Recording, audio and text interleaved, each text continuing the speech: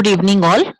Today we will see with instruction set of 8086. It's a chapter 2 in microprocessor syllabus, instruction set of 8086. Now we'll start with firstly, what all statements are there whenever we will start programming in 8086. There are two types of statements. One is instruction, another is assembler directive. Right, as instructions are nothing but are directions you are going to give for a processing, right, to an processor. Right, so you are going to just give the directions. You are just giving, you are telling the processor to do these activities like moving, like adding, like subtracting, dividing. These instructions you are going to tell, you are going to give it to processor. Right, so it is called as instructions, which are going to help also to translate the machine language program into assembly language program into machine language program by an assembler. Right, next statement are called as assembler directives. Right, they are the keywords which gives the direction to an assembler. Right, so now what is an assembler? Assembler is an intermediate between machine code language and assembly language. Right, so whatever program you are going to write in assembly language, that is being converted into machine language by an assembler. Right, assembly language program is an low level language program. Okay, now whatever instructions are there, that instructions are going to contain operand and opcode, which are also called as mnemonic and identifier. Right, so mnemonic are nothing but it's a type of instruction which is going to tell a processor what thing or what work it needs to do. Right, so identifiers are nothing but they are called also as an operand, which are nothing but they are called as data. Like for example, I can give you here as add ax comma bx. Right, so add is an instruction and ax and bx are the registers which are going to store an operand in that. So types of statements in 8086 are two types. One are instructions and second is assembler directive. Both are going to be used in while coding any assembly language program. Okay, next, what are the types of instructions? Right, first type is data transfer instruction, second is arithmetic, second is bit manipulation instruction, which are also called as bit manipulation instructions. Next, string instructions. Next is program execution transfer instructions. Next, processor control instructions. We'll see one by one. Firstly, we'll start with data transfer instruction. As the name suggests, it's going to transfer the data from one location to another location, which will be specified in the instruction itself. Right, so these instructions can be, we can divide it into two parts, four parts. They are general purpose instructions or just a transfer of instruction, like from one register to another or from one memory location to an any register, or any immediate data to an register or a memory location. Right, so they can be done using these instructions. They are move, exchange, accelerate, push and pop. These instructions are used for the transferring of instructions. Okay, next is if I want to transfer any of the address. Right, like for example, if I want to find the start address of an array. Right, so what I'll do, I'll use I want to get a starting address of an array. Right, so I want to transfer that starting address or content where of an array, where the data which is being stored in the first location of an array. Right, if I want to transfer that. Right, so I want to need to get address over there. Right, so I'll use this type of instruction, that is lea, lds and les. Right, lea is load the effective address, lds is the load data segment and the register with the words. Les is and load extra segment with and register with an uh, with a word in the memory. Okay, next is simple. If I want to communicate with any input output device, then I'll use in and out instruction for that. Okay, if I want to transfer, for example, if I want, there is an interrupt, so I want to save the contents of the flag onto any stack, right? Or I want to just I want to use the contents of the flag for some purpose, right? So if I want to transfer some data to a flag or from a flag to any register, then I'll be using these four types of instructions, that is load AH with the flag register, store SAHF, that is store the AH register contents to a flag, then push flag and pop flag, right? So these F stands for flag over there. So these instructions we can use over there. Next, first type of instruction we will see with move, right? So whenever move is being written, so move have some syntax called as move destination comma source. So from source to destination I want to transfer, so you'll have to give move destination comma source. So firstly we will understand what this move is going to do, right? So it's going to move the data from source to destination. Okay, now source can be anything. It can be a register, it can be any memory location, or it can be any immediate data as given in the example. See, first is register, second is memory location, and third is any immediate data. If I want to transfer it, right, to and destination, now destination can be a register or can be a memory location, right? So it can't be simultaneously, we can't point to memory locations at the same time. So here I can't take two memory locations, right? So destination can't be a immediate data also, because I want to transfer that immediate data to a destination where I want to transfer, so it can't be immediate data also in destination. Okay, so before I have taken here one example, before before move instruction my contents of AX and BX were these, right? So after move instruction, after doing this move instruction, BH will remain same. I am, why? Because it's my source and my destination is AX. So it's going to transfer BX to AX, right? So AX will be changing the content with this content. Okay. Next we'll see with push, right? Whenever push and pop will come, it is related to stack, right? So whenever any interrupt comes, then I want to push those contents. Why? Because I want to service that interrupt, right? So for servicing that interrupt I will have to push the current contents of processing into a stack register, right? So I want to push it, so I'll use that time, at that time I'll push this, I will use this instruction. So from where I want to destination, I know I want to transfer it to a stack, right? So which contents I want to transfer, that source I will have to give in this instruction, push source, right? So from, for example, I want to push the contents of flag to stack, or I want to push the contents of a AX register to a stack. Stack I know it, so I am not giving it, and push and pop are related only to a stack, so we can't give here both, right? So I know the destination, I only want a source here, right? So push is written as push source. Okay, so whenever push action is done, so specified register or a contents are pushed to a stack. Secondly, it's whenever it is being pushed, whenever it is being pushed, see, for example, it is going to start from here. Mm, okay, okay, my contents are like my address is 00000h over here, and FFFF will be at the top, right?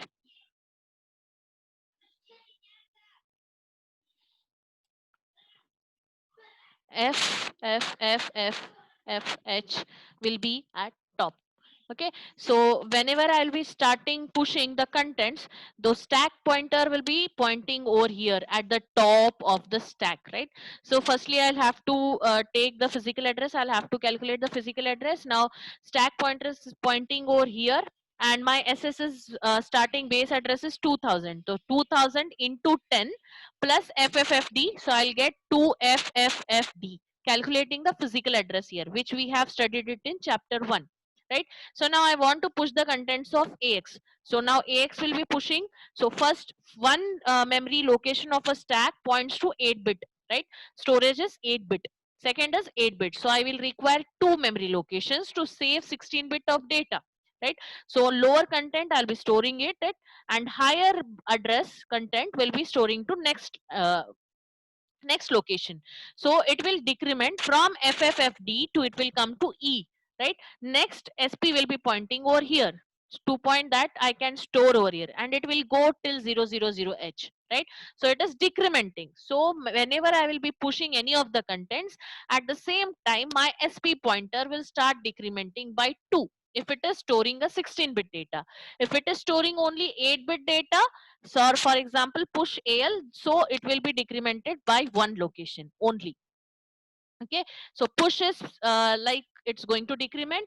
If I'm going to pop it, pop is reverse, I'm going to take it into AX register, right? So SP will be incrementing again, right? So pop is incrementing while push is decrementing.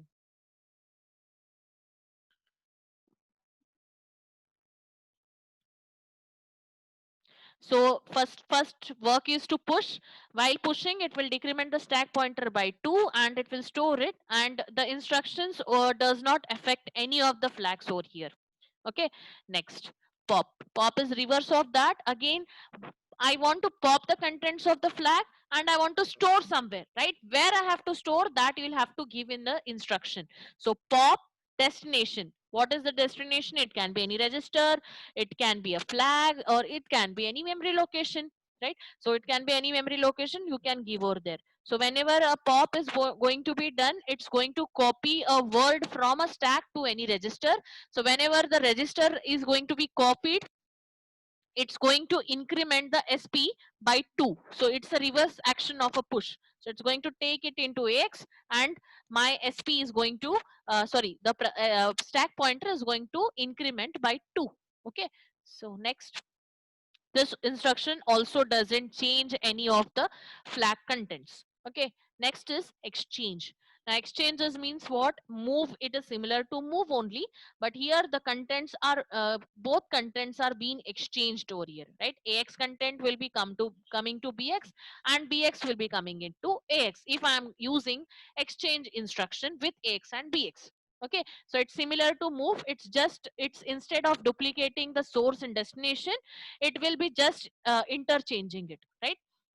Okay, I have given here an example. So exchange can be done with a memory location with a register, or with register, or with register low memory location, again register. So operand neither operand can be, both operands can't be immediate, right? So you can't give here immediate operands over here.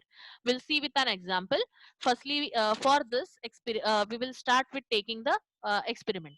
We'll start doing it.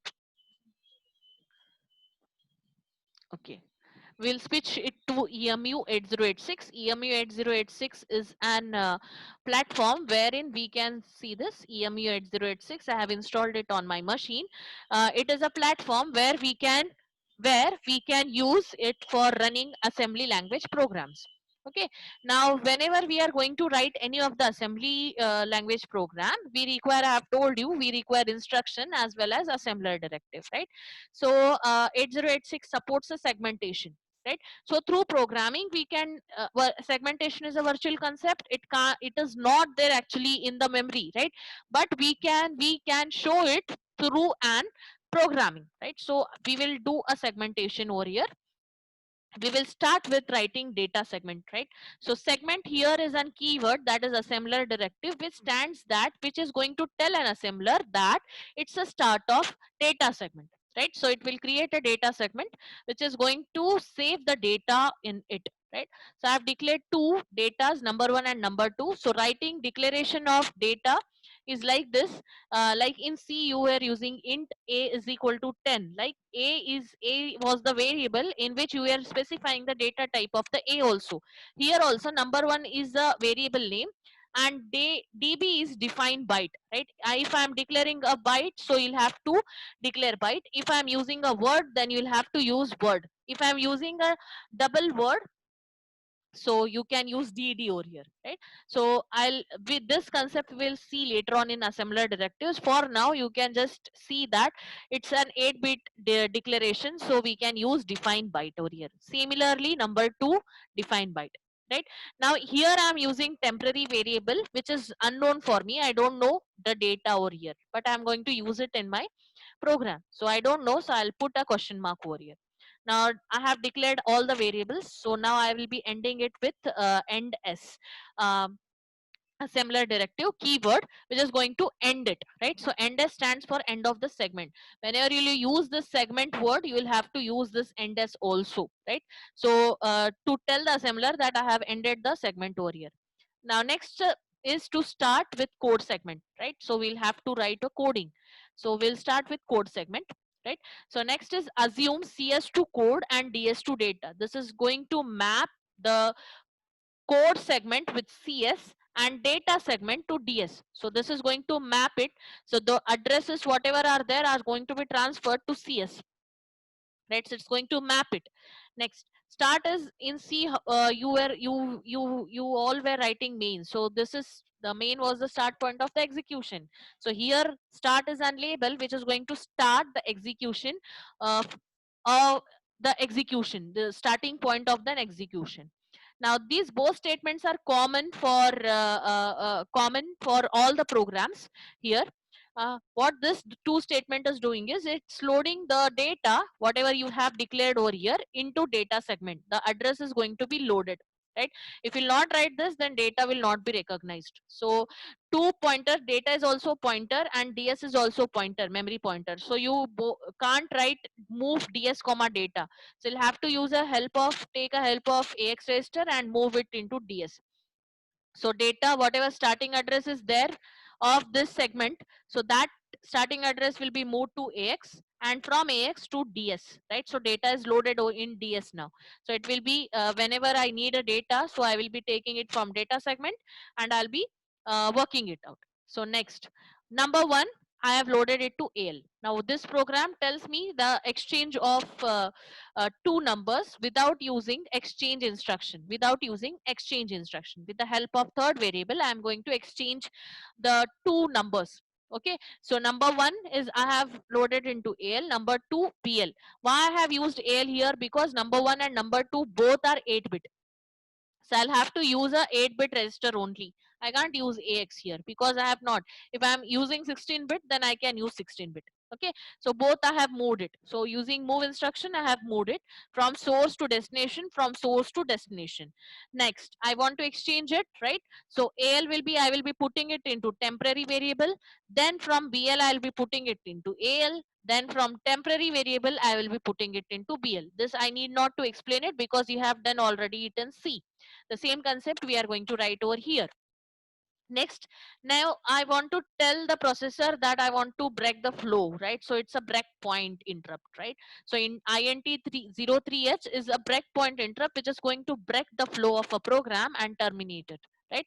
So next, after writing this, I want to end this label, right? So you'll have to use end. End stands for end of the program and start end that label, right? Whatever has been started. So next I want to end this. I have used a segment, so I'll have to end that segment also. So end s, right? We will see how it will be running out. We will go with this triangle wala emulate. I'll run it, right? Now for your understanding, see here it has started from here, right? So start of the execution is from here, so it is pointing here. I'll use single step. You can directly use run also.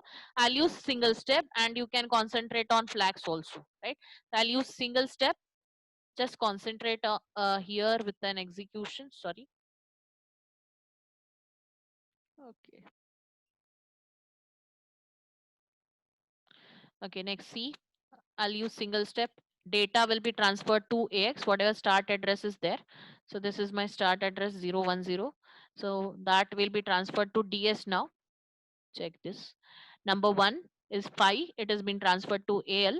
Number 2, 06. It will be transferred to BX. Now I want to exchange it. Exchange. See, it has got exchanged. Now int3h. Yes. Stop. It has stopped now, right? It's going to interrupt vector table for servicing the interrupts. So flag register, you can see, if you want to see the variables, you can see number 1, number 2 and number 5. It's in hex form. If you want to see in assigned form, decimal form, you can see like this also. Okay. If I want to use an exchange keyword, so I can use here, instead of using this, I can write it in one statement, exchange AL comma BL. Okay, so I'll delete this also. Okay, emulate, single step, again watch it. Okay, this is the end. Okay, now if I want to save it, save this program, save as, wherever you can create your own folder. So in desktop I will create my own folder, like for example I'll create an MP program. I have run here exchange. So